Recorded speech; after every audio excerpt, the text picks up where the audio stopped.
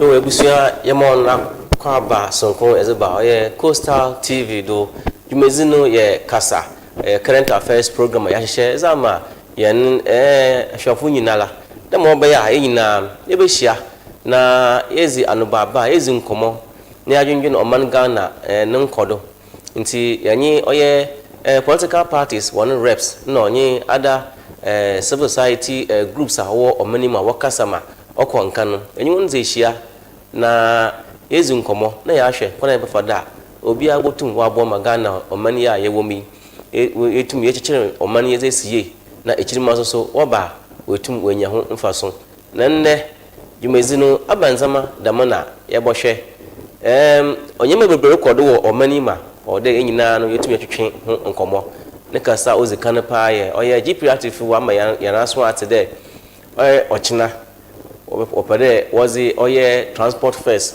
increment wazi ba opere wo to transport fares mu na yebohwe dem asam ya GPRTU wazi abai de atwetwe ho nkomo ya hwe effect a obenya wo awona wofo commercial vehicle titru nu as nsunsunda obenya wonwono do na abenum mpanyefo so nde ochina nka opere wonye GPRTU nu hia na wonya atwe nkomo na wa hwe ebe na azipotin na GPRTU no wogina do a wose opere woto oye lorry fare na se no so obada motibia na wode yema wona asoa ote na mum yepere ezinkomo na yetwe nkomo na ehu de ana GPRTU kala kuche wose opere wotumi osafata de ore wotuma na aba indicators na ochire de ode wotu kala kuchim anare wore pre wo ho na wezi wakonwene nyim ntina wore yadam na na yaza na nyina no yebohwe biom omampanyin so waton sa afre Ghana fa wo UK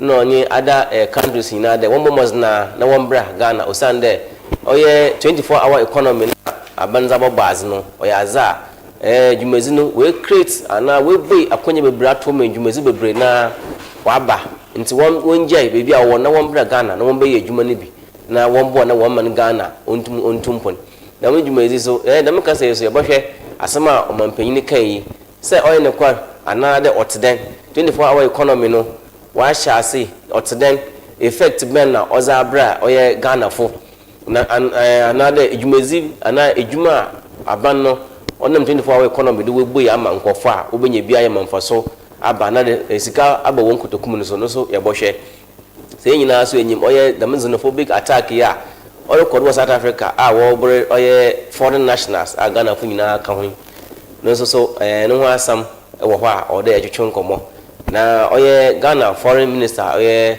honorable Samuel Okujeto Ablakwa na no dom what's next South Africa fo asama was the by there oye Ghana for wo South Africa ebi mu ezibon ma was one atum ana so there Ghana fo wasasa won dom was one ba Ghana no oye nyimpa ne be dodo na la wachi won nyina no another was one ba Ghana nyina no nyimpa be edupe na wo won krata o kire there obotuma atena South Africa manum no chere nka fu nyina we illegal immigrants of South Africa ni ndamasami yepede yekom na yebisa ehu de oye ne kwa na de onye ne kwa osande South Africa fu wakasa moforo Ghana for so Ghana penyi so wakana differently nti nyina no oya sama ebezi hu nkomo na ya hwe mesi oboko mezinze oye dani ABAWANA from me yaso a maji wodo fe na mo menua fresh SHAKUR ofia ha ono okasama oye MPP one regional communication team no ozima kotene paaye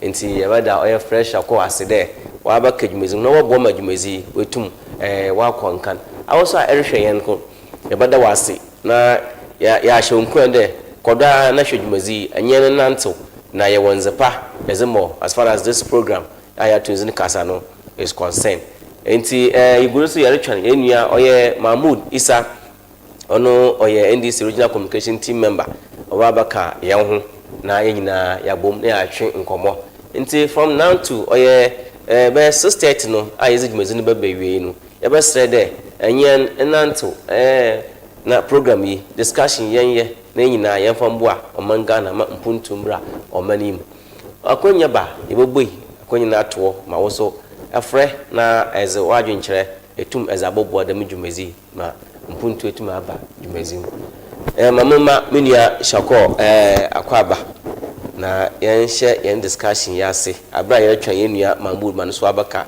yen hu Akwaba na otindene akopana do ai da ye share ya chekaka imezina dos nti yen ta ye share panezi ye share na me jize program is na mo wa shen fefe dam no ye beta ye share wodona ye zin komo na ya SHAKUR eboboa man Ghana botu wa kole tampa efra ma eya debia mo kam se chimban na wo hia nti ya chiro man iye na eze siwa ma chimban won so ba wonya ho mfaso nti mo Akwaba sanso da wase de ye fro agi tum de e ba bobo madwumezi we tum akọ nkan fefe inyo yo second ama no che de discussion na ye be shas no e she topic sa ye dutu gwa GPRTU ye be shas e GPRTU won esansam no GPRTU no onye order transport unions waka won ho abom wasn't there ochina yala a weekend in as information obe ochina yala was a new transport first was riba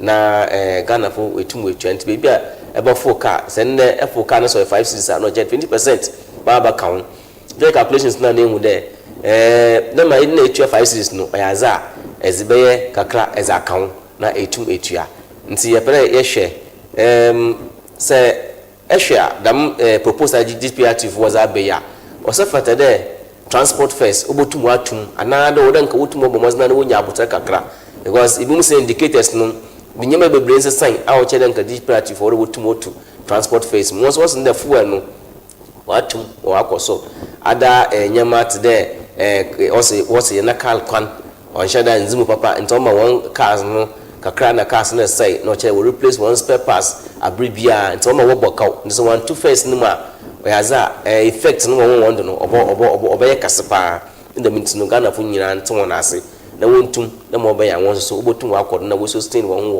won business nim ehwedam asam ya GPRTU fu was abe yerso mu den dan eze me da wase before mako wase bisando meze inchia pede mi chia nyimpa eku ebien na mi chia oye MPP yan flag bearer His Excellency the former president vice president Dr. Alhaji Mahmoud Bawumia na mi chia MPP regional executives central regional executives only constituency executives na polling station the MPP yan polling station elections yewi masisi ala yawo electoral area ya betting what electoral area coordinators and do on chebia so yabasan so ya the electoral area elections and so ya da hyehyɛ no nti mo bia ne tun ko bia onya don na pe ka pick forms no do ya MPP ku no do nti na wetu da ma anamonen because ehwa nkaka wadaba party of oppositional ya said indeed MPP we are really ready for power na mo bia ndam na dani ya bohwe nyama eku ebien the reason why GPRTU what will increase lorry face now then I think that yabakia until just 3 weeks or 1 month ago and the president for emergency cabinet meeting they be other in Aberdeen and other fuel price discussion into one meeting and one to I think that time and it was 13 cities 60 pesos now what about told over the bar? What about told the bar 13 cities 20 pesos? Into on Charlie, no was on so to what the bar 14 cities 60 pesos. See, before new increments, but not 14 cities 60 pesos. Naninya ana lorry face ni agina fakol. Tebia wase yenyunyama Oma nyama no boyezen na yenim za oma no bobo yehwe ye economic indicators na ati na micro economy ye ba ka chene ya gboko 44.4 billion Ghana cedis to stabilize the cedis and at the same time bring the inflation into single digit but yes still goods and services na no bo so market ni ma sa no bo so go so no so want to in a sense that actually spare parts no gba onye aza wa befu spare part and actually no gba onye ada wa befu no boy is but dollar no why I think say 11 cities also 11 to 12 cities. Now GPRTU, why are they the reason why I'm what they the way increment? Because they thought today the government promised us freedom, development in freedom or relief. But that is not what we are experiencing now. Okay. Because this is what promising Obama I want to hear mum. This is one man watch celebrate fuel hack petrol oko 15 cedis 20 pesos. Yakaka so that they change them yum. Auto DBM GPRTU fin there. This government is not a government or oil than Oboboa Ghana man. Because they also promised us good governance. Obama yamu ato yamu abobemu, but not so on them yamu. Inti esha, see some you can say fuel prices na wakoso.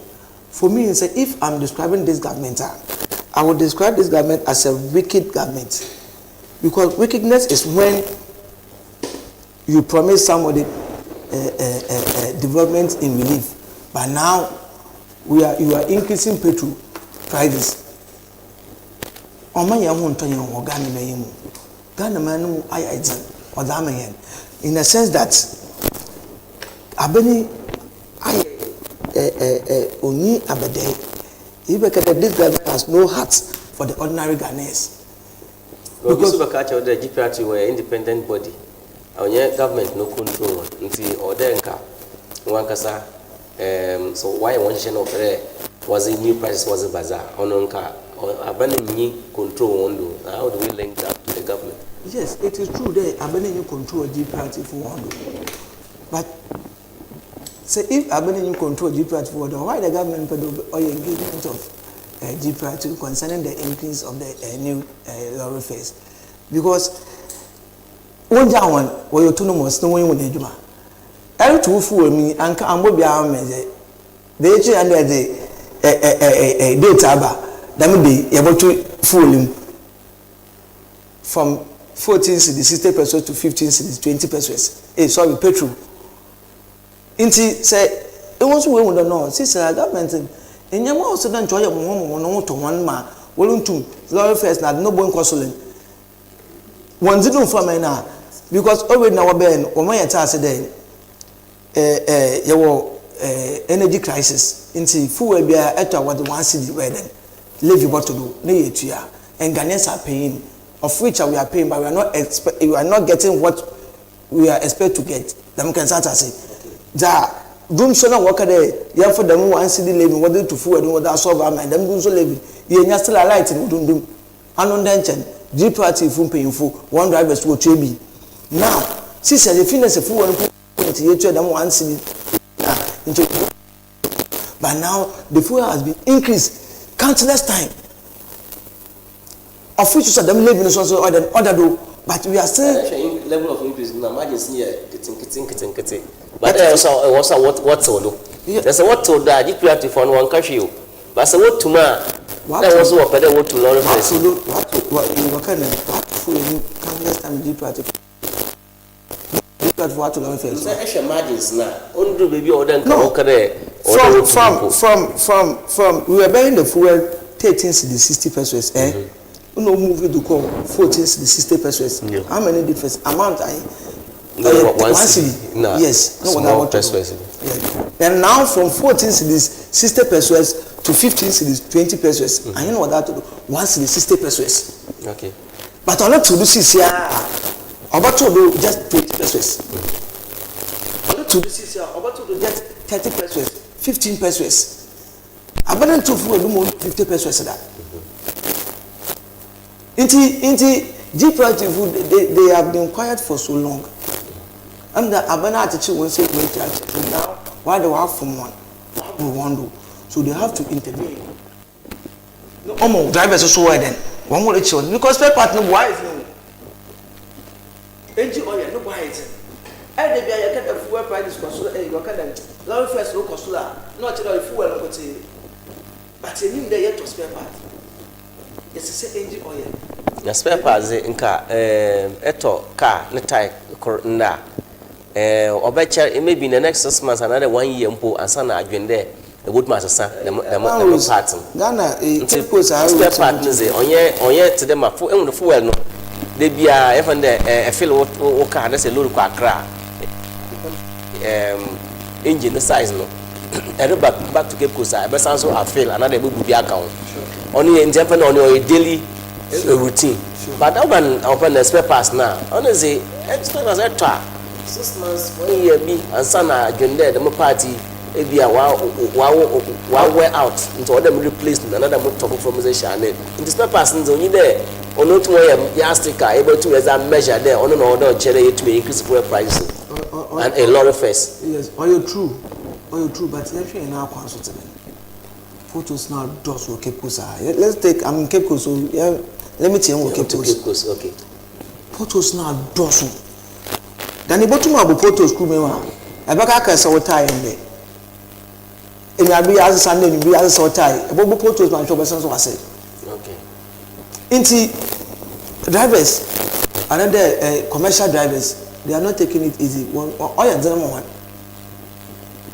we go for 1 hour academy ibia was the auto ibi wo auto be 500 600 cedis I no kwa kra yin ba ansa no I dey no aba fail number of the amount of money obe me for them 600 cedis e be times 3 another times 2 but si sele onya cause fair no ojinu sa international to mean na fa ko da ma na onya hwe I think that GPRTU should also think about their commercial drivers or their stakeholders and also where when you do man. Now make an start say. It say what's now my government or you do pay the other and they want to and one June to them. Into Saban pede young person before ma. Why don't increase the fuel because now catch the petrol dollars no full. Petrol say the dollars say the canon to them. Into say the dollars say the petrol and the Mahama. Munjin the dollar then choma no boys end up. And they create a balance because dollar no at least don't not perform. Was that's why it stabilized. Into the oil marketing companies or for fuel the yintum nkade dollar no on stable another dollar no kakra no so need them into no on no push one more otum whatever pumps now fuel prices no otum or so and also to the extent that directly no affect increment of lorry fares. This dollar depreciation or CD strengthen and the inflation, the single digit of the inflation, I call it as cosmetic inflation or signals. Yeah, signals. Economic signals. Yes. Okay. Because in a, why am I saying that? A country with single digit inflation, a country with a currency which is now stabilized. Negain to yen create employment. Informa any ordinary Ghanaians. Yen to me introduce any social intervention for the ordinary Ghanaians, for the youth to be employed. Then edit a development in freedom or is a punishment. In a sense that extra MPP time. And let me tell you something. Single digit inflation was recorded by the NPP government. The first single digit inflation in this country, in the First Republic, was recorded by the NPP government. Citizen no strengthening them. So there, and it's have effect now. Also, that mean effect on the bay in there. Excuse me, Yanko Bank of Ghana, my country, I 15 point something billion. Okay. Them first thing I introduced free SHS. First thing I implemented planting for food and jobs. Them first thing I yes so double tax system, and this double tax system pave way for recruiting a lot of non-teaching and teaching staffs. That can start as okay. But in this time around, we are experiencing the single digit inflation. The CD is stabilized and so on and so forth, but we don't get anything. We are not experiencing it in our pocket. Okay. I hope you get it. So, make the government say the signal saying cosmetic. I'm right to say that because if you don't believe young worker, social interventions pin. That's why President Kufona Bedu 2010 the first time na only dam signals na no eden. Oye health insurance, free maternal care, school feeding. President Kufona Bedu first time na first year na only good signals na no eden. We implement free SHS. We introduce plenty for food and jobs. One industry, one factory. Double chances, those things are the bay. But this time around, we are experiencing this. What are we? No, we should work at the government for free buy. No, so the first bed and pie, they'll buy must still no. Why stabilize? No more buy. Eco market, the quarter as a neconus as near 1 city, as much as I can pay 2 cities. But good for a long period of 1 city now, also. Or they put my budget, there's a go now quarters. But unlike Electoral, before that, only a bed in Kasa or the government, almost no adjustment, no more by a real good, only a practical. Let's say a quarter as near 1 city, at least for a period of time, or the coordinate as no once in their budget there, as I am going to Yama 5, or Kruba 5 cities, into my budget, as a 5 cities, Namazoko, 25 cities, Namazoko, I put the market no, as Bachina, as Nekabumani, work 50 cities. Into no a government in bed na order most number the mass no offer only a big bed na we free Ghana for one do. Into say the money we are, then you look at the big picture. As we free Ghana for one do. In your bed na eco marketer in the tomatoes weighing 210 cities. This one no a season. Tomatoes are no a season. Says the tomatoes off season now. Eco tomatoes are only a bribia. Tomato dabi on local na. Yes. But is that tomatoes? You can for Burkina Faso as Tama. Wakana dollars. One was 17 cities. Na yeto kaku 1 cedi. Yeto kaku momai 2 cedis 50 pesos na zi. In the kaku, eko kaku 10 cedis, momai 5 cedis. Okay, no, you visit the Kakunu before 20 pesos na 50 pesos. And sana, all could the level. But they say, see, as soon as Kakunu, a cottoness or 1 city, as 1 city. Kakunu 10 cities, what? And you say 10 cities, this is no Gina name. On one. Today, every day, be and Kazaba China, why 12, why 20? Okay. Your experience here or your ways. You will be the Ghana man. Okay. Because say Ghana people are building. You can't single digit inflation, you can't see this appreciate her. Not today, I want to have a Ghana man. But she said the many men are Ghana man, but I'm to Ghana man. That's what I'm making at Massa. You mean the many men Abanaya or the cities now Edina Falcon. One inflation, I before telling them, I don't know. But until them, inflation now was when a single degree, it artificial. Mamma, you visit there, sir, in car, citizens on Ungina, ya, in car, obey West than you are seeing. Sitting on Kakunu Crankavia and over 10 cities, over 10 cities, Okanoba, into Ungina Falcon. No, but also within a stabilizer. Or one can't get a 10 or 10 for that period. If you are 10 cities, no above phone. Kakra will reduce by maybe 5%, another work also by 2%. Hence, so within a range, you know, on in all, I want to tell you, and I want to tell Ghanaians today, this particular government is insensitive government. Okay. Okay. So if indeed all been Ghana for in China, see you try once they levy on fuel. As also about to fuel price down. No once the message won't do so. Food price is all consumed. We cannot buy food to eat. Transportation, we can't. Okay, my son. Before we could, no, moving say a bit because of what kind of low fainty. Low for the tea, but what time or Jamad or Pragians and we move. But a lot of friends will phone my Pragan or taxi now with the same level. And late with you because of the increase, the increment in lower fares. I know to more cost lateness in dog. Because if you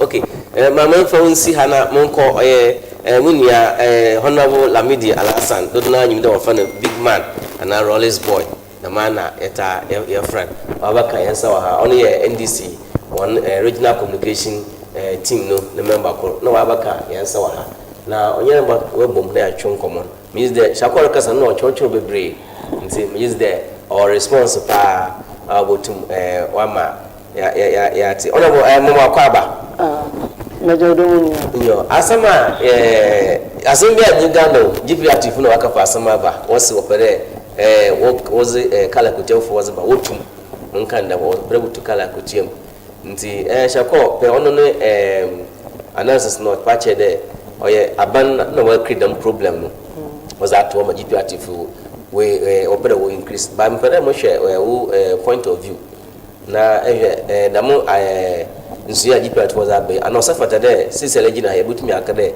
o de yegitum de o increase kara kutua and as den ka o mayen kon da matra ma wotin madasi my brother ozen kan ya ashafuna etefu na GPRTU sometimes I am blaming party leaders. Well, you share as if from whenever the government changes. The reason being that you were many for all your campaigns about Benum. About Benum and Abuso can at what 2-1 prizes. Yeah. The Banaba. Yet Sinema is a co-position. We didn't learn anything. So as party, you should be befima. It's a diamond seminar on bank. Do you know the fuel or 9 pesos? 90 pesos. Only do 10 cities simple. Well, many more. You can't charge GPRTU for the one so for the worker. Sometimes we sacrifice as a nation. Now as a bird, a country. Because I'm a car, we use Mercedes Benz. More per car, motor 600 in and out. Was a coin bear. Ibi obi okita Toyota Yaris. On first 600 the phone kwamba. Because the engine capacity varies. Atasa. It's in some people GPRTU or Sunday. In na ya kwa abenkum. And the fuel no years dollars. Na years a cra. Na dollars so why stable kakra. Atasa. Because the extra interest rate baby oduri na see baby interest rate we do now. And this government wasn't pa because inflation. What is the meaning of inflation? The rate of increase in the goods and service. Basically in economics, this is what they taught us. There most and zamano buboko so na zama ye we manu mumosa obey itimemufu won botton intina bibi ye friend inflation. Actually, inflation figures see unlike MPP time, worker tell the world was single digit. But still, the price of commodities are very high.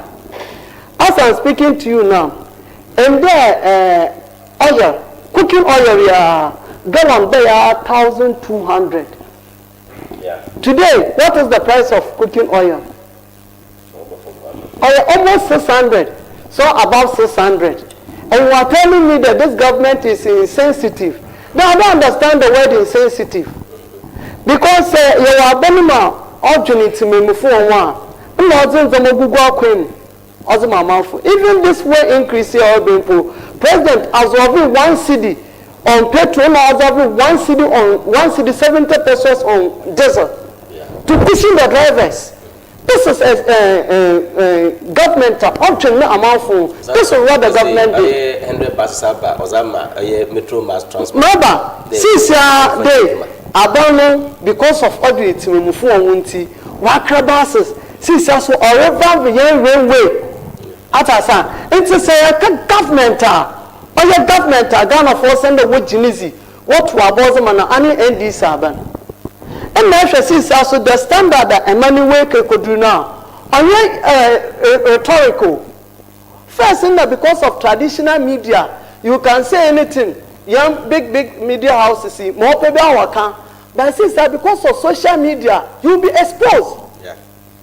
It is a President Mama catch out there in there, then area or send the agency. Say, go be a president or insensitive, any MPP government too. Yimpa a save Wuska there a chinami ya kwadaya muzatedu mizedi. No finance minister a catcher and the oye DDEP Wuskan ontia monando amafe ufon on your insensitive. What kind of rhetoric is this? No, as a more common sense in on fa. Say I can't abana or Otson it's memo for one any ND Saban. Abroad this government, you take a power. No, 4 reserve how many days in this country? 4 reserve has about power and electricity. No, how many days? 3 weeks. 3 weeks, man. And now, sometimes when we don't want to go there because we are focused to build a country, not a party office. This MPP one, Abeni Obasini, they came and built party office. They didn't rule a country. Okay. But this is the government of Orubuman. And Tamafo Kadea, oh, as I'm speaking to you now, my brother, say Ashen Zama all Kodua, Iran, America, we are war. Still, a country was so on your Dama Iran, America, war, you are not more homos war. Was it abonable to one of fuel on to Munkwamba and fuel on do Dama prize. And then I'm here, I assure Ghana for them. On to my film when fuel or bubble foam. No dollar no saw your no. Sometimes say one, you bought $1, you bought about 8 cities. Because I have policy thinking. There are money, but sometimes that's an urgent business community. No, I the man wants one business, one for some battle. It's in a young pagan around 10, 12, 10, 11 at us. Because in mathematics we have average. Sometimes we use average to determine the whole number at us. It's in a say mathematics out of set in the out of universal setting. Yeah, you subsets. Within subsetting, yeah, even numbers, no, yeah, odd numbers. You understand my argument? It's a gun of your total strong. GPRTU, they should soften their grounds. In a young country on their 1 year, but in a none, a year, bird, a man. HSC Sala, young water, a band of Bonon buzzing just for them for their comfort because Entomotor spare parts in there, China and Toby. Most I upgrade all our roads. The big push. Show what I hear Magana for. Show a car corner, young drivers, what driver do? They should listen to the president and soften their grounds and support the government and support the people of this country. Because it's a area balance, the implication will come on the masses. Some better fetch, I hear over to where you use in a car. Because we know why you perform power or your campaign the CNDC. Or by the car or parking for 4 people. Do you know the reason why? No, 2 months of work. Because what's an apple concern from sister pesos? In the sister peso, first and offense 6,000. Over the Abassan equal 15,000. Problem I you want a money musisi for no creating a problem as a man. Do you know the problem? That means can I say first and say it 1,000 cities are. Mammy got on a more at the next station, me advert man, no fun 1,000. Until I bear for the quarter and 1,001, no reason. And I want 1,000. Today 1,000 cities in Norway and 10 pesos in Ghana. At £4,000. Who calls some? Because we are not thinking ahead of time. It's this country one MP before our customer said the Ghana food wins 1 second. No, I said, I want to look at it. I said, yes, a convido. Nature was said, ya, a yama yens canon, why isn't? I don't have the expertise. 1 hour expertise in 1 hour, will go back to the drawing board. No, why is it that we are not 10 pesos, 5 pesos? Now 20 pesos and 1,000 pounds. What you wash when you do there? They have discussion as about Tomazi. You understand? First, also 20 pesos, 2,000. It's a bit 2,000. Yes, Kakabo. It's Ghana of 1 year, but MP before the moment when it's all. These are the people who catch the MP picture good morning and show the position of sun. Because never trust them. Because you want to know catch and Mamo insensitive. Into a $1 to CD. No, less than 4 CDs. What's about your economic success in the Biawa assassin do? Into our Baba economy. Yes, it already up to 17 Ghana cities at a point. It is under our 11 cities 12 cities simple. Osenencha and this for you to a chawayasm on there. You really done well. Because he has what's in economics so. What's your vice president? Young mammy Jenano Pokwajiman. Or you anything about economics so. But look at our microeconomy. Look at the way we are moving this country. You're about to talk to Ghana from me. The next, by ending of this year, look at the middle of next year, they will see the seed we have sown in this country, and everybody will join. Actually, someone could do only Mama. So I am there, Ghana, Union President John Dramani Mama, in Germany, in Chebebe, and Nomewa, in Chanyakwa. Because this is the manner of city bags or reflecting our just know. And some are quite been do a Ghana for 1,000. So I will not do that. Mama, what I sent no man, Bayamon. And that's a budget in finance minister on a market. No, I am the Safuzum Como. You be sitting young and then more on other on Kodo. You be sitting on one microeconomy, a Jumeza ways in Wakodo. Where's Wadana Minima? Young finance minister also on Jakutio. In the weapon, back out for this true worship. Big man, an assemblyman, Tantri, quite electoral area. Sisala, you will be. Baka aza ayama Ayikoo Tantri quite electoral area. Mr. Member. These people, they have got to come and sit on set to tell Ghanaians there, it be insensitive. If you want to call somebody insensitive, who want to equity, must come with clean hand. Go and bring Ken Ofurata to come and account for stewardship to Ghanaians. And say, no one bet one is so I fucking Ofurata about a minimum. MPP Kasa be maybe an agency because we they are not trustworthy. When you say to fight there, Amobu, they are being done a man walk. I mean, now we are another question. Minister of Road and Transport. Also, road to Ghana in a way near Lefu. What happened with many more? Do you know how much money they are lost with many more? Oh, yes, get a couple. I'm not prepared one and manage, but I catch this is now. Walk or a demonstration. Just concert. You can ask the bunny that man. Say a man and bunny as you do. Into some and bluff from Amateur or sister, I catch him there, police commander Joshua, Musora Moko. Because me then, yes, Moko question will be some million or prime Moko court. Moko making them me washing. It is a money, Yapeda and Mano Kuya. You know, no send a Yabua, me Manoko. Also, this government, sometimes say one, sometimes say one, I am moving the symbol mentasi. And there see us in the symbol mentasi. And there see us speaking to you now, NHIS is free. Do you know? Yeah. How many people know you? But the MP people know where NHIS. No, you know what? Do you know what? The hypocrisy in this country, in the media landscape, that is our problem. Okay. If the same people from our power, in the people in Cheba, yes, so called me, and a poor son, and I have to show us a free sister free. But this government, I have to show us free for every Ghanaian. Sister, I have to show us in Triska. Nobody is talking about this is government. Actually, free primary health care. This is government option amount for one. Ghana for 1 year, but our former ND Saban. No one to about former ND Saban for the next 42 years. No one who said Ghana, if Ghana walk baby or copious car. If you are better than a man, because a man was the right hand, which is the NDC government. It's 1 year, but our former Yami Aduma. On to my ending of this year, one casobo among papa. More for yet one so I say.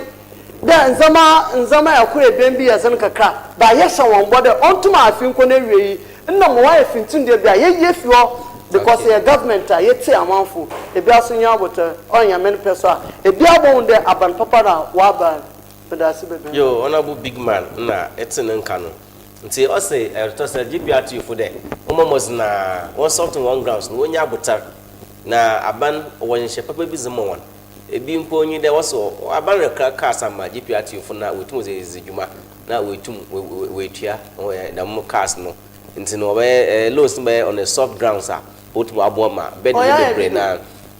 And Kata Wando. this country, the hypocrisy is too much, and we are not writing our history right. Yeah. And one of our betrayers to this country. They are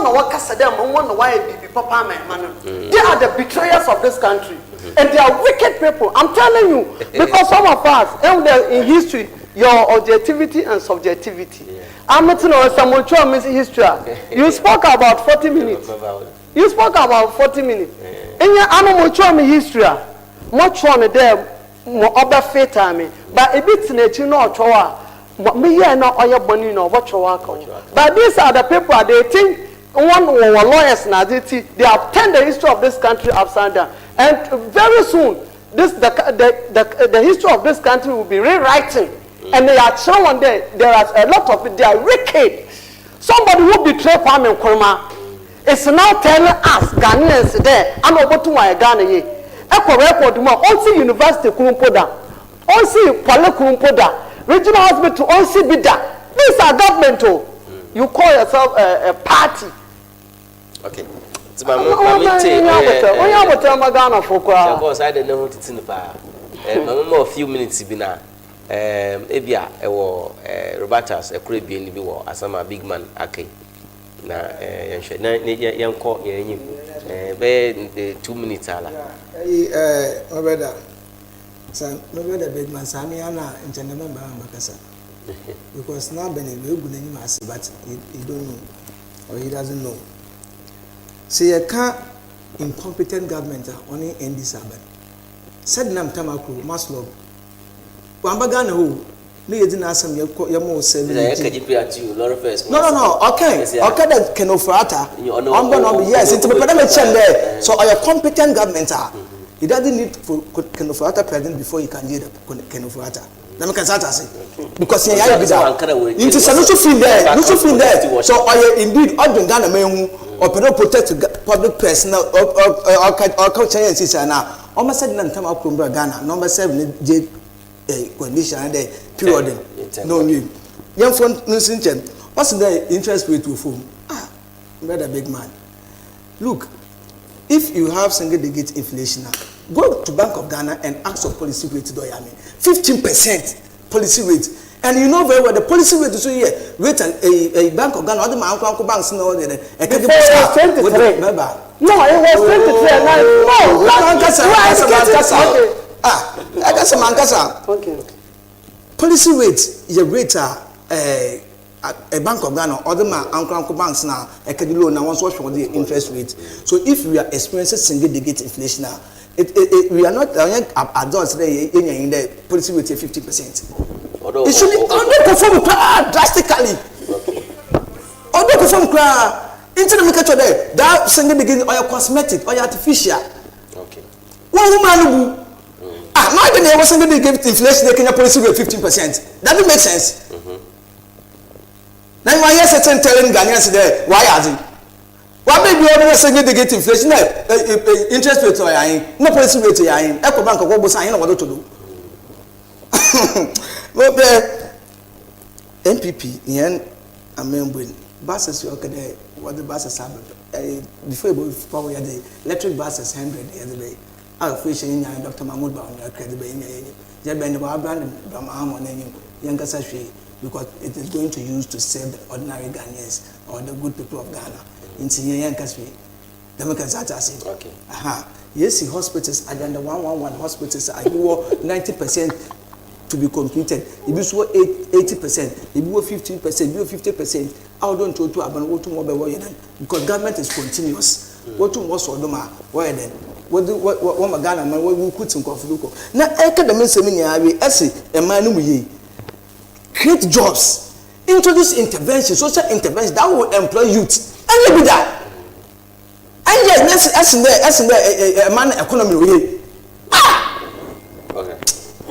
Big man, in a let me clear something. A quick one. Before interest rate were around 21-22%. Now it's about 15%.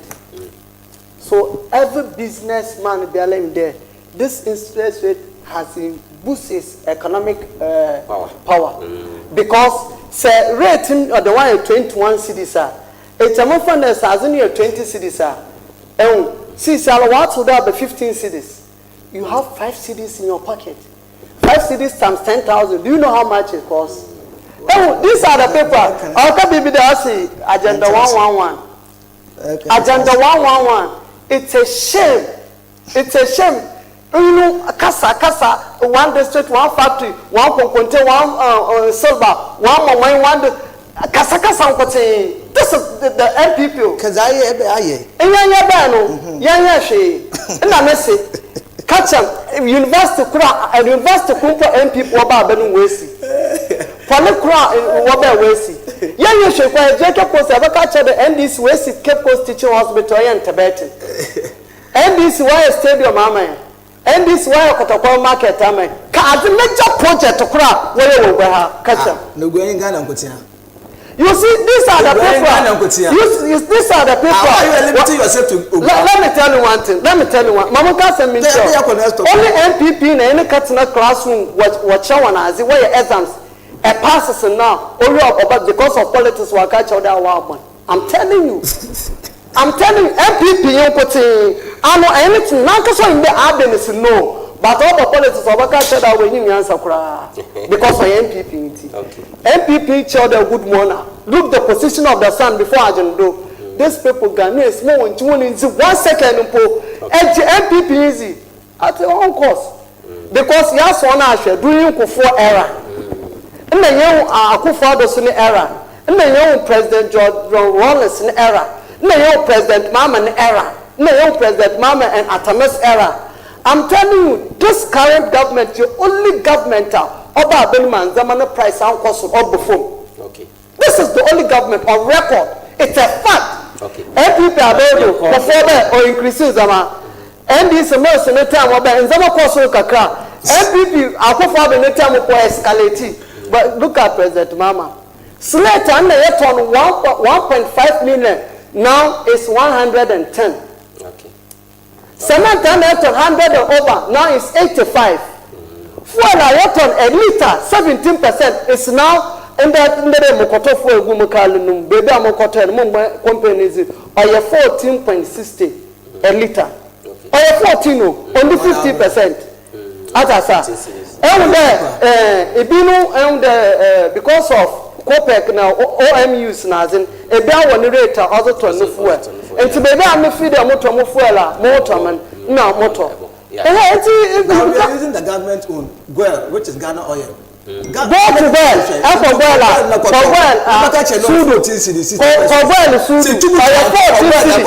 okay. Apple well, Sudo, I 14 cities. Apple Bacano, I 14 cities. Apple Stadium, I 14 cities. For well, no koto. Motor, well, a motor, Mazme, put me advert on well in a motor move. Okay. It was a when watch direction discussion or corner. Was so a candle phone. What my main test message or 0242 638645 0242 638645 na yankanka na obiala I want as the message as be o so ba bua edwumezi no nti sesi ano GPRTU for one asama ore kan wa so ehunu den or there o increase fuel price ana so there lot of fares ana there or there wonya abuta kakra nti yete efi yan enuanum yi wa ha won chen ebra ye hwe yan next topic emrenyi yafa President Mama oko business summit we wo oye UK nti program na asno to Australia Ghana for UK there omo was na say akonya na da ho opportunities na ba nti omo was na one brefie na one be one investment wa ha na some ka so kan ya epere regional days in komoye also 24-hour economy we create opportunities we bring ozama oye nkofo also numu mpo na wotum one ma oye young Ghanaians are be 18 years and above between 18 years and 5 years Ghanaian youth wotum on loan from 5,000 to 50,000 wotum with a low interest rate wotum was here business the more beya so improve one economic fortunes nti na also oye part of the 24-hour economy na worry no nti Ghana for UK almost na one brefie na one because opportunity no what the hobby brave was am na won't feel the effect of 24-hour economy or you see the formula na okay was about also 133 or azar or Ghana for no the full implementation na utum benefits oye Ghana funa ma me sha asemfi oye big man no do na ye hwe asama o manpayin o ze kan ana waso ehu de oye ne kwa o de Ghana funa wo ba opportunities no wo ho ana ebuto ama ye hu bi so de o the opportunity na we abana we create ama nkofa o safata de obi a wo UK oye na adwuma osniska o ba ha ana wa ba ha na aban so abon wo nya loan na we to was in the business or pedo oye amana ho so no ho atan but I say bebe President Mama yefuna owo ne yankopon share da ma yefuna na besia o ene wo so yankopon share ahwe business bi ala novel environment obama wo business e grow up then you establish a business. This is the president or Kasa oye nti no wase oye boshe hin or kan oye my president okay you diaspora from there on UK it's then all Ghanaians all across the globe there. Yeah, the door is open. The business door is open. Come and invest to improve the life of your people. And then we just do the right call. Because in 24-hour economy, yeah, and today MP before, what Kasa na wazi zama ba sebeta fache, then no wabaya city. You wanna work for BB was an apple.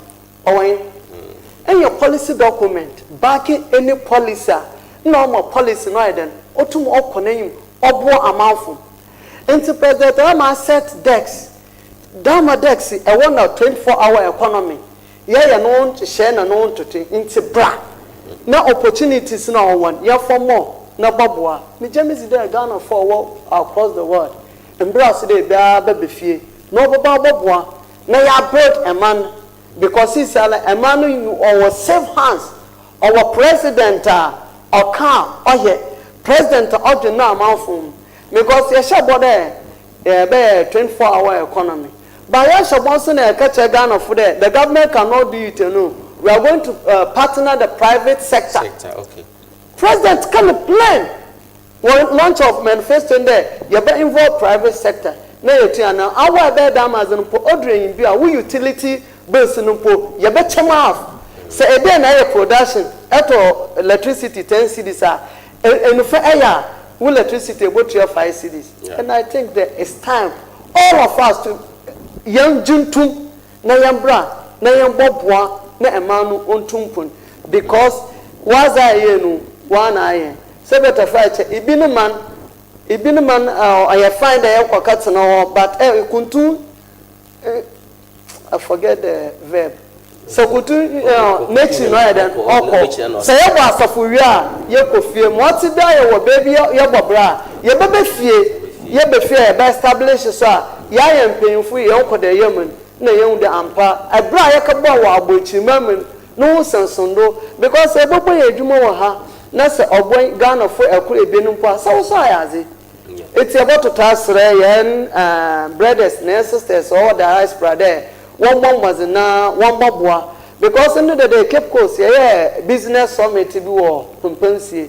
ehwe betikin na ne team a wo be the Nzama Wapeda was Bobuana. In an assembly, Yaja Tunda, your Bob one. May you 2 years to Guayampun. The man had to say, you that type of Betty King, thousands of them to come and support to move this country forward. Now, about to transfer Ghana for them. When you just see what President Numu, na Emani on Cheribia, a Biaun to one, a Biaun to one, I go back a Franapa. After the rate, President Mama. All to a man for also on better you are standard or the man about Ibiba Brunfu. Yes, this is a government. This is a thinkable government, a better option. Because I have better Serubu man or send the Edwin Kwechi the next 20 years, the next 30 years, the next 40 years, and then your opposition done. Abra Kwame Kumosi Cape Coast University, the population was how many? Little over 7 million or 6 million. But yet still, we are benefiting for the same university. This is the thinking of President Mama. The next 30 years, 20 years to come, Ghana for and Zamazu are relevant.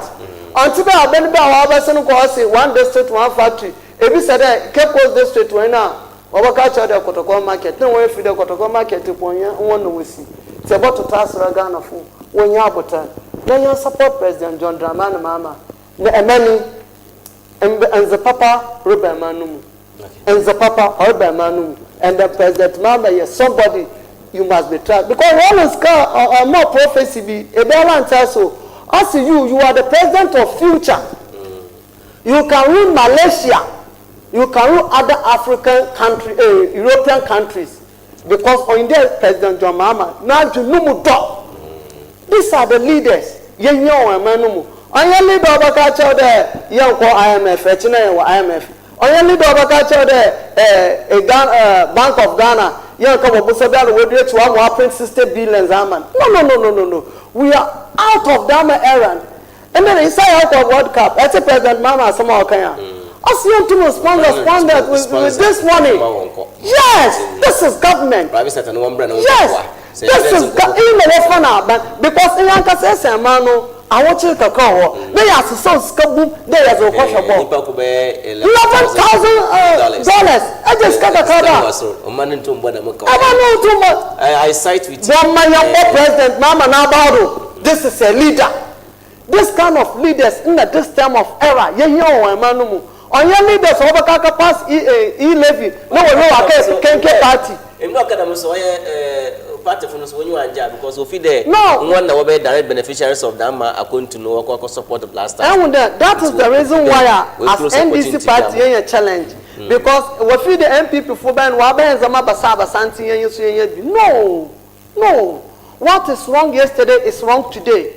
So I yonder that in the point, it's your member President Mama Nabado. I'm a Mitsuno Sisala. Send me a World Cup and then Pedamuko Shibia. Or send them maybe a more cost.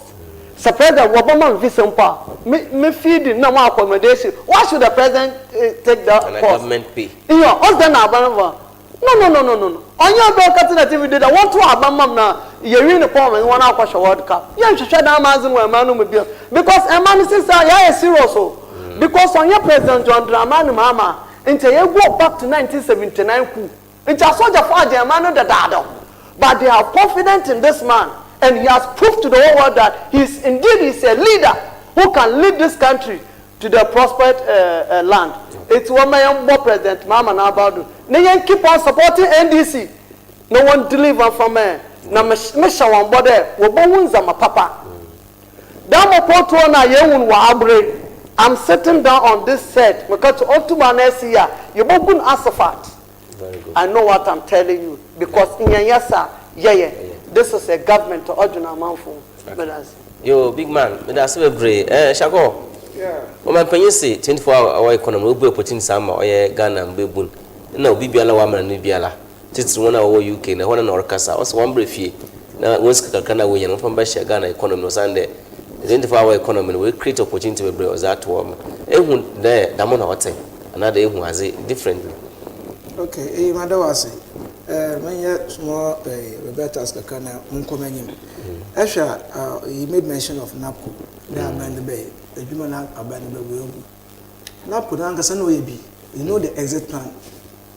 Exit plan, no, there were 3 exit plans and one NAPCO. And Nangaswata or Yahweh. Okay. And NAPCO beneficiaries in there, even more why fully employed with GRE. Even a fully employed with local government. Yeah. It be a fully employed FDA. Yes. In this attack, and NAPCO, as it planning in there, NAPCO may still existing. No, I did. Well, from Kofu Gumay. Now, that's not the exit plan. If you were a exit plan, of course, your educational plan, I'll go to you. What shall now do to Moko about to know Kokusiazi?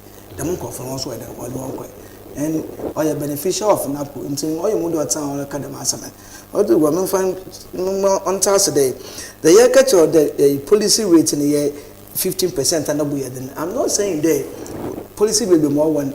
The Mepere Channel say was single digit inflation, economic basic indicate, call any economist and asking or hey, they say if you are having single digit inflation, what policy rate or 15% and let them put a Channel will be okay. I've been all be and you be a kind of you for book drastically. Okay. Them can start say 2 a Mekada hospital, CNC hospital, Kumpo, agenda 111 hospital see. CB, Mekato the CBR, you complete CB, you be 90%, be 80%, be so from the ground level. nam kan sata se extra agenda one hospital MPP to me we 3 before 5th December and san ye fi abenam de me yetu me we dem hospital here atwuma kwawama municipality hospital at Trade Oforukrom municipal hospital at Kokobin Ahantan West municipal hospital at Bokro. Them hospitals in the before 5th December 2024 year for Benin. This is hospital down there epidemic. But no, you're operational. We commission it. Okay. But now one started, you man. No one started. Baba commission. Yes. So we should have clear station. No, let's have clear. No, Mama Kasa. You complete. Your commission about to recruit people into it. Now you're not being power. Okay. So government is continuous. So about no support. You're not a You're not a fee. About no support never phone you. Let me tell you something. This government or a scam government. Why am I saying that? I'll catch a diaspora 1 bread fee. Now it may be Ghana 24-hour economy. Look. I don't know the word I should use for this government. When Peter Moko go so hard on him or on this government, sorry. Let me tell you something. I see inflation will low or single digit. In the year economics we see this why it stabilized. So the question is, why are you not creating new jobs in the system? Okay. That's one. For the youth to be employed. 2, Bank of Ghana is doing well in treasury bills. Why the Bank of Ghana is not opening new branches? Okay. What is our GDP rate now or GDP growth now? GDP growth is very low. It's about 3.4%. How can you create jobs? Okay. How can you create jobs with this growth? Hey, no one abeni on to double catch a Ghana from water so, and we are here telling you Ghanaians there. Abeni, there's no way. Say if you are NDC youth or branch educator and you think this government can open door for you to be employed, then you are deceiving yourself. But as some occasion ago, us in there, one youth be loans, soft loans. They want 5 year business. One baby in human na for nyimpa ekure bi ni bi ma won so abe adwuma ma inti say youth ni na kan employment no. Remember youth is kind on the youth no go adwuma. Oh, the lowest here 5,000. 5,000. The highest here 50,000. That's 500,000 your highest. 50,000. 50,000 okay. 50,000. That's 500 million. I don't answer that. Okay. So I'm asking you if you are having a 50,000 Ghana cedis now, if you might bend able to be now I employ Nimpa 1 need to call Ghana in minimum wage CCR. In minimum wage CCR. It's about 40 cedis 50 pesos. And you might in China call 40 cedis 50 pesos. Madame 50,000 or down for good be to me. I be you my ben. Container camp getting the site alone. In your site, see the location, everything. I don't put no container every day to do. In the container 1 room is it no but tell you there. Even though be a wash a bibi kakrase. Ebia etontonaze wo kwanchen. No one most can the fish business name. Na oil span kakra. Na say when yipa kope no yimo wa ebu na fanyipa we ebie ne ba se bi account. It doesn't mean that. Mo atu wetu wa. It doesn't mean that. Because business na expand na. That is why you know a recruiting kofa account. That is why it doesn't mean that. If government or the escalation with mama ebi edwuma na ngas what be shame wo stock a wonya ampo or just 10,000 or something. No what the 50,000 abeshima. The 10,000 or stock no one also that in is can see. So what this can have abeshima it's a loan, don't forget. You pay for it. But then you come so why the capital here does be edwuma pay 500 Ghana cedis. You know, na me 1,000 pay. You know me sure there or your loan, not grant. So that capital no here 500 Ghana cedis. Nipa no but employment with your uncle ahen boso. It's loan interest not that no. Kitty. And then policy market to the policy rate 15%. Loan or the amendment interest or the one ahen. Abandon policy rate no banks no one use no one for one interest rate. They better loan or 15%. And no more loan ahen or the total. We should be serious. We are speaking economy. Okay. Who command somebody? This government, them 133 now, okay, the way create to Ghana on one hand. No, we bring you any other. There why you do me biama. So far, Bobby, lunch, in Gutio. Lunch, no lunch. I was not talking you. Internet make sure there. I believe be no one but also MPP. When it comes to development and creating jobs for the youth. School feeding and the wall of me. School feeding and the wall of for one party for the food. Or you put for an initiative. I mean, even auntie. Oh, yeah, it may. Them got that the creators are way into school feeding.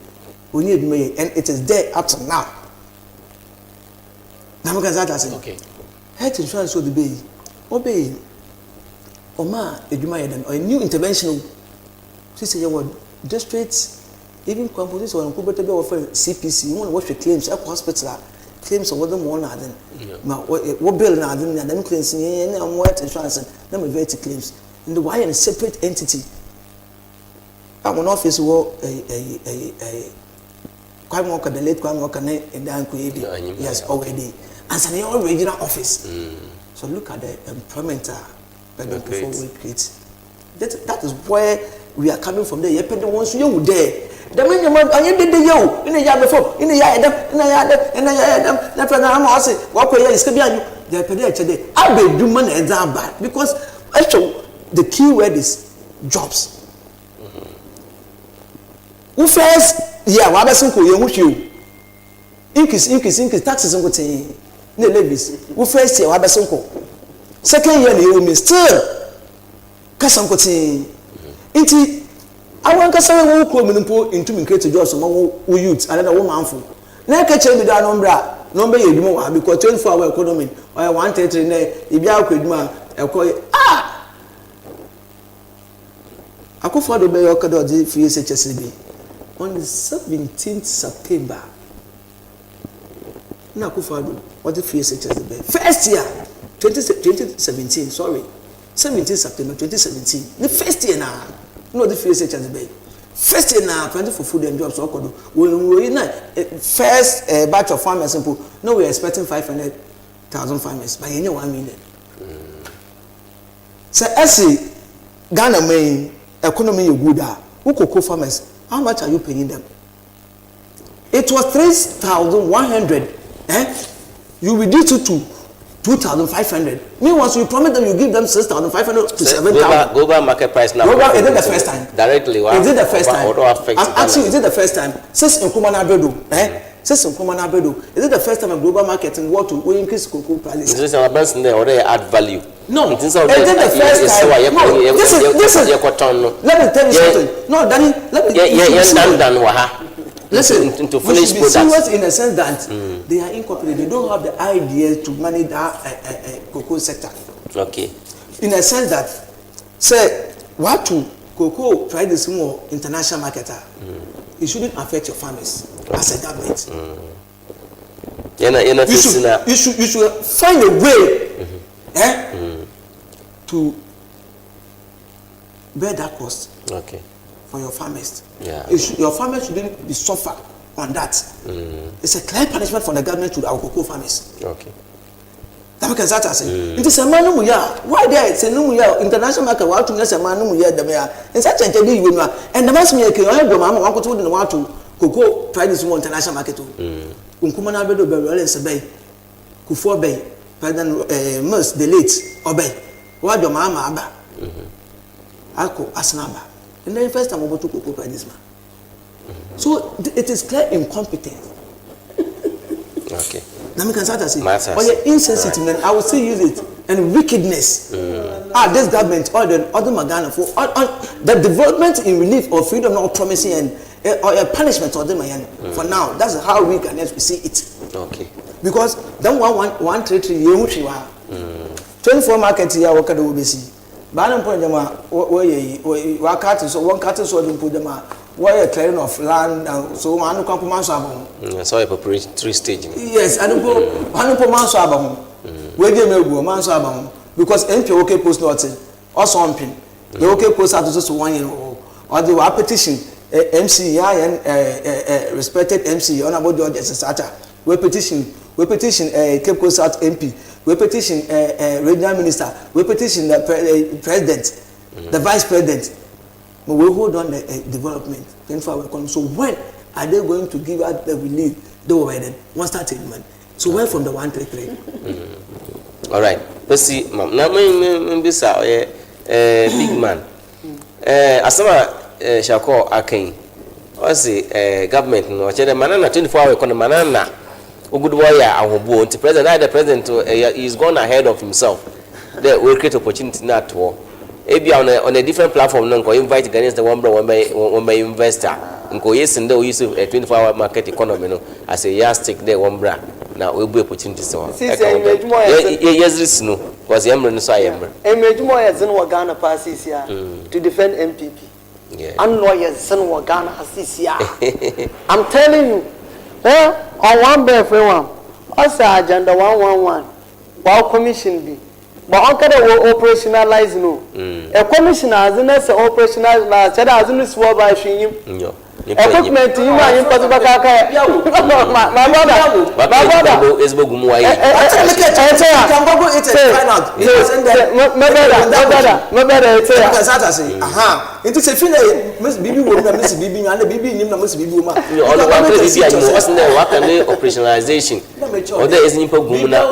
Yes, it's a Bibi. You can't sit down in this one and commission. let me tell you.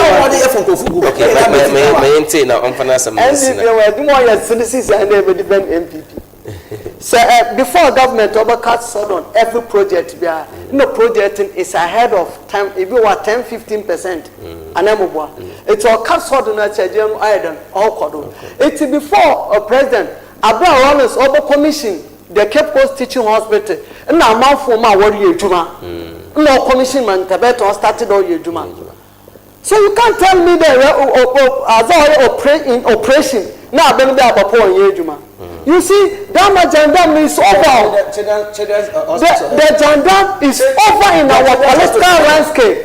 You understand? The Jandam is over. The Jandam is over in our media landscape. Let me tell you one thing.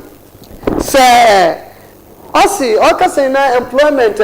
Do you know that EPA will create about thousands of employment? Yeah. EPA already existing employment. It's already existing job. Listen, it's why I don't want now to defend MPP. No. I'm telling you, you are calling somebody incompetent. But where do you go for go? Mama Kasa, my brother, look, politics are here, you know. A question which one system no, and we should acquire our viewers some respect. Maybe some of them they have more knowledge, they have more in-depth information more than us. But opportunity being that doesn't mean that we should insult their integrity. I'm cautioning you, and I'm cautioning the MPP. The way they communicate to Ghanaians are not happy. Because all our Kasa them,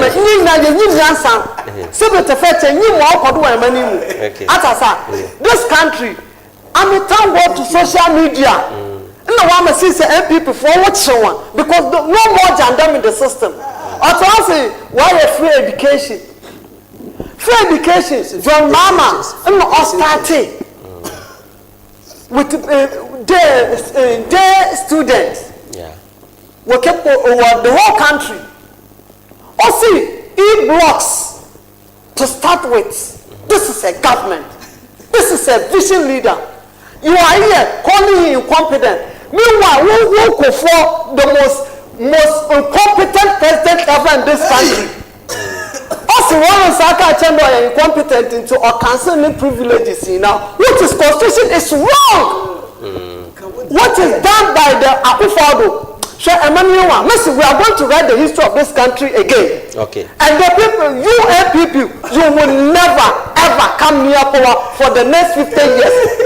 I'm telling you, because now the age of social media, no more jandam in the system.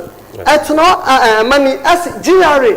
Do you know the number of employment Abane create? NADMO, do you know? The education sector, we are put about 23,000. Health sector, we are put about 17,000 in the health sector. Because in the years we don't know. Because if the tax clearance is not ready, no employer amount for. No, what abuse the system, no. And I'm telling you, Shakur, we are young gentlemen, but whatever we are saying today, the consequences are there waiting us. The near future. That is the reason I'm telling you to be truthful to yourself and to be truthful to Ghanaians. I'm not to everything 100%. So that is why I'm make a promise to send them a Ghana for the Bayaman. And yay, a big cocoa farmers. Cocoa Pamabo. Yakare abolish, abolish, and abolishing. Betting tax, emission tax, Bola tax, so what are you telling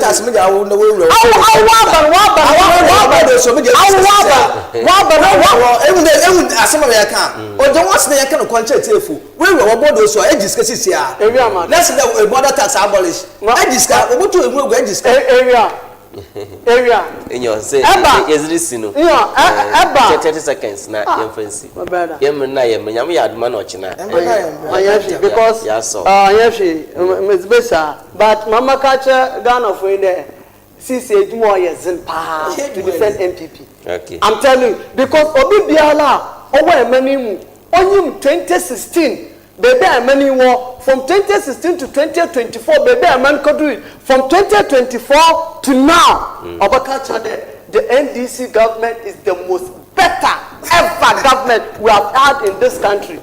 I'm telling you. And then moreover, Shakur, let me give you this piece of advice. Tell your people, your MPP people, that because you're strong oppositioner, we want to build you to be strong. That's why we are reminding you that you promised the cocoa farmers that you give them 6,500, but you cocoa farmers.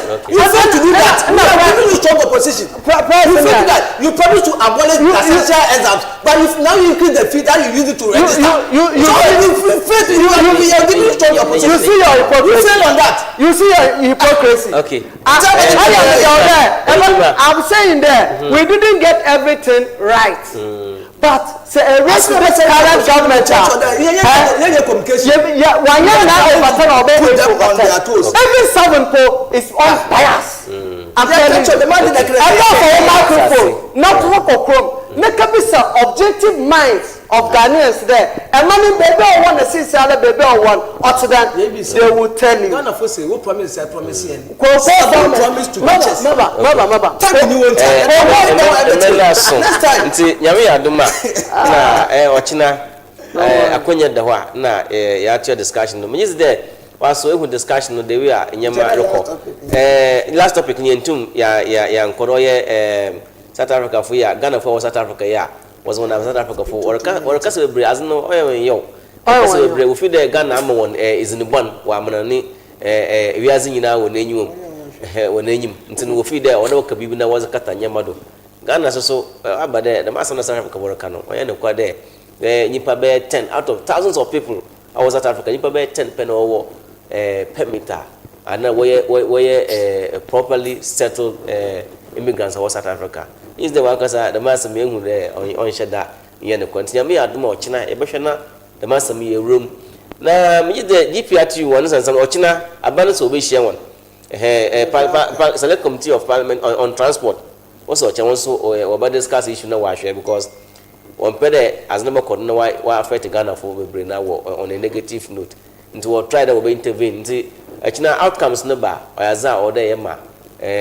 was what nti nyakopon ya aduma ochina so be sanso ehia obo 5 o'clock you be share the same platform or your current affairs program ya to zin or your Kasa nyame adoma aha na ezi bibia is mensaka or your fresh SHAKUR on your MPP one regional communication team members nibi na big man ono say honorable assembly member or Ayikoo Tantri Ayikoo no so represent or he's also an assembly member but yes SHAKUR so call your Ola ana Ola blaster ma assembly man ma assembly man it's Yami aduma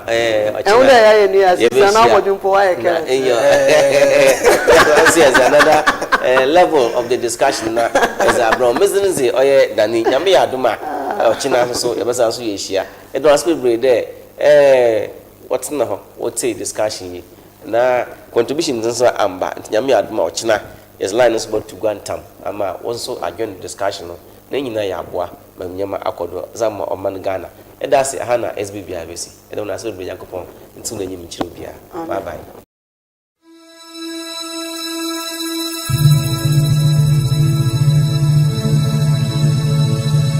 Yana Assassin